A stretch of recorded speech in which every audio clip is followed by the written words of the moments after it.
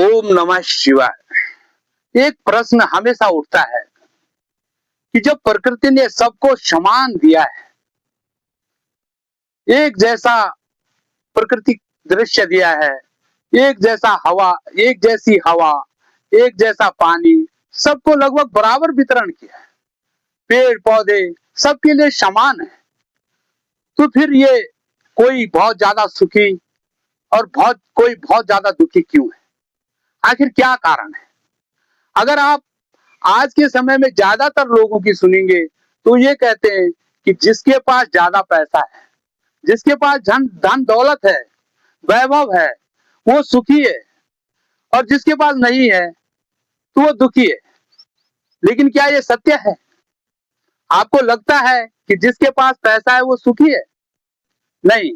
अगर ऐसा होता तो फिर गौतम बुद्ध राजघराने से थे, राजकुमार थे, सारी सुख सुविधाएं थी, फिर उन्होंने ये त्याग कैसे कर दिया? अगर उन्हें सुख मिलता तो इस संसार को त्याग के क्यों जाते? वही महावीर, वो भी बहुत बड़े घराने से थे, तो वो फिर उन्हें क्यों जाना पड़ा? क्यों उन्हें सुख नहीं मिला इस पैसे में? और आप देखेंगे कि कई बार जो सुखी रहता है तो झोपड़पट्टी में भी वो तो प्रसन्न चित्त रहता है, और कई लोग महलों में भी बहुत ज्यादा दुखी और घुटन महसूस करते हैं।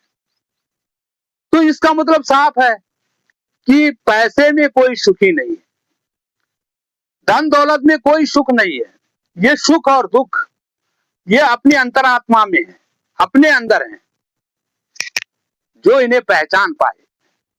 सब कुछ सबके लिए बराबर है, एक ही सिक्के के दो पहलू है, सुख और दुख।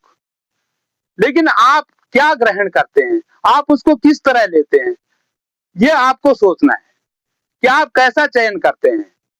अगर आपके विचार सकारात्मक हैं, आपके अंदर सकारात्मकता है, तो आपको हर जगह हर चीज में आप सुख, हर पल में सुख ढूंढ लेंगे।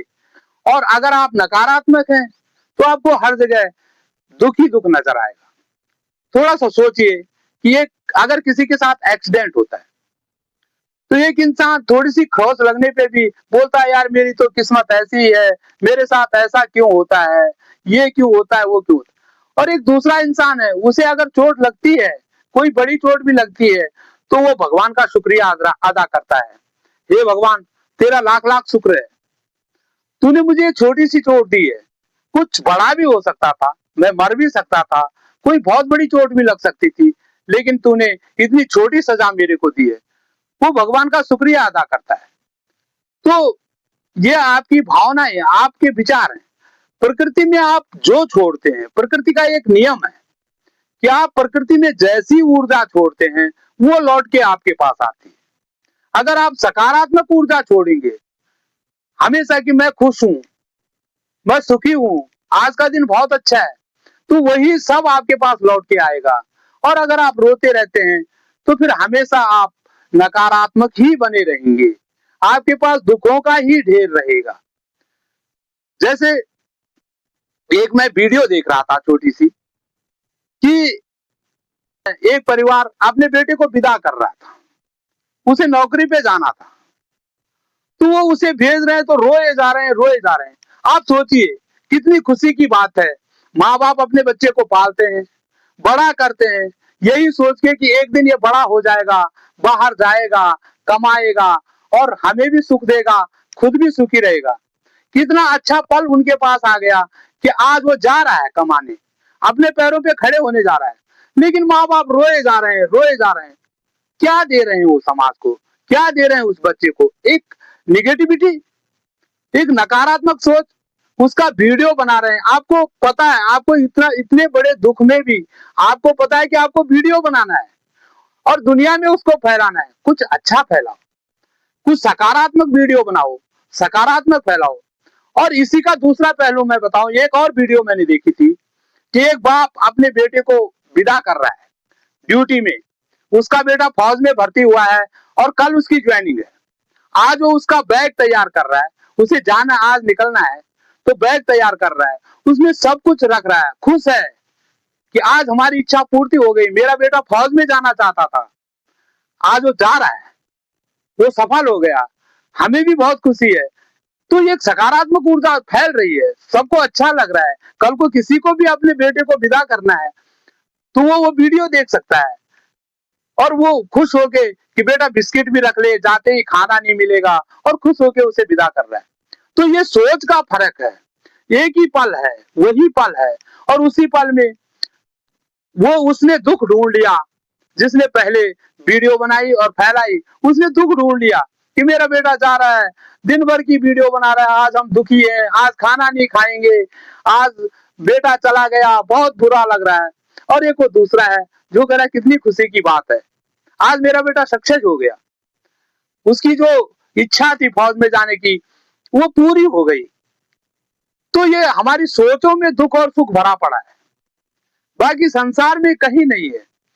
असल में हम ज्यादा दुखी रहना चाहते हैं, जानबूझ के हम अपने छोटे छोटे दुखों को बहुत बड़ा करके बताते हैं। थोड़ा सा बुखार है तो आज तो मैं मर गया, सारी रात नहीं सो पाया। तो ये निगेटिव थिंकिंग है जो दुख को आपके अंदर ही रहने देते हैं।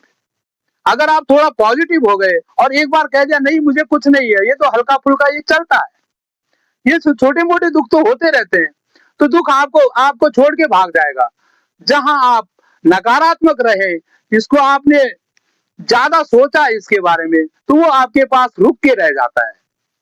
और आज का इंसान हमेशा वही देखता है जो नहीं है, उसी को ढूंढता है जो उसके पास नहीं है, और उसकी वजह से उसके पास जो है भी तो उसका भी वो सुख नहीं भोग पाता।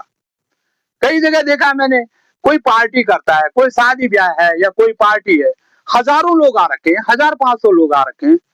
तो कई लोग ऐसे होते हैं जो मालिक है, जिसने वो आयोजन किया है, तो वो उन 1000 लोगों को नहीं देखता, लेकिन उनमें अगर कोई नहीं आ पाया, कोई रिश्तेदार, कोई मामा फूफा वो नहीं पहुंच पाया, तो उसका ध्यान सीधे वहीं जाता है कि यार वो नहीं आया, नजदीक का रिश्तेदार था, वो टेंशन में हो गया।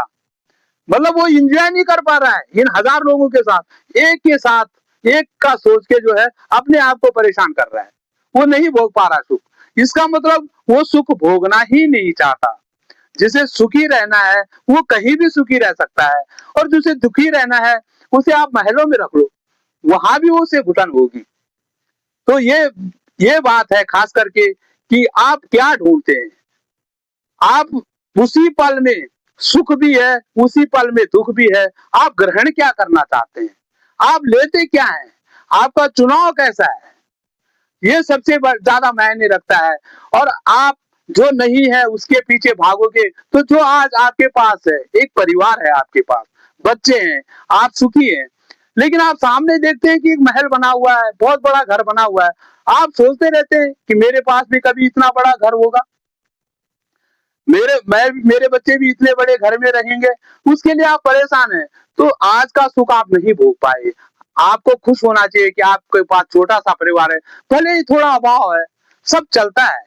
और वहीं आप उस महल में जाइए जो आपके सामने बहुत बड़ा घर है, वहां पति पत्नी है लेकिन उनके पास औलाद नहीं है। उनकी सोच है कि कोई हमारा सब कुछ ले ले, ये धन दौलत, ये मकान, ये दुकान सब ले ले, लेकिन एक औलाद दे दे हमें। तो इंपॉर्टेंट क्या है, खुशी किसमें है? इसका मतलब खुशी कहीं नहीं है। संसार में क्षण भंगुर है संसार, क्षण भंगुर जीवन की कलिका, कल प्रात को जाने खिले न खिली। इस सुख का कोई पता नहीं है। सुख आपके अंदर है, आपको सकारात्मक रहना है, आपको हर पल में खुशियां ढूंढनी है। आप दुख ढूंढते रहते हैं, कष्ट ढूंढते रहते हैं, दुनिया को आप सोचते हैं कि अगर हम दुनिया के पास दुख बोलेंगे, दुख देंगे या दुखों की कहानी सुनाएंगे, तो दुनिया हमारे अंदर, हमारे आसपास रहेगी, हमें हमसे आकर्षित होगी कि हाँ यार ये दुखी है, इसके बारे में सोचना चाहिए, या हमें सुनेगी। वो गलत है। जिसने कहा है कि दुख बांट के कम होता है, वो गलत का है। दुख बांट के और फैलता है, दुख बांट के और फैलता है। खुशियां बांटिए, खुशियां बांटिए, सबको खुश रखिए, खुशियां बांटिए। एक सकारात्मक ऊर्जा इस धरती पे छोड़िए, इस ब्रह्मांड पे छोड़िए, यूनिवर्स आपको वही लौटाएगा जो आप छोड़ेंगे। तो दोस्तों, जानकारी, ये छोटी सी मेरे मन में बात थी और मैं आप तक शेयर करना चाहता था। मैंने किया, आपको कैसे लगी जरूर बताना। ओम नमः शिवाय।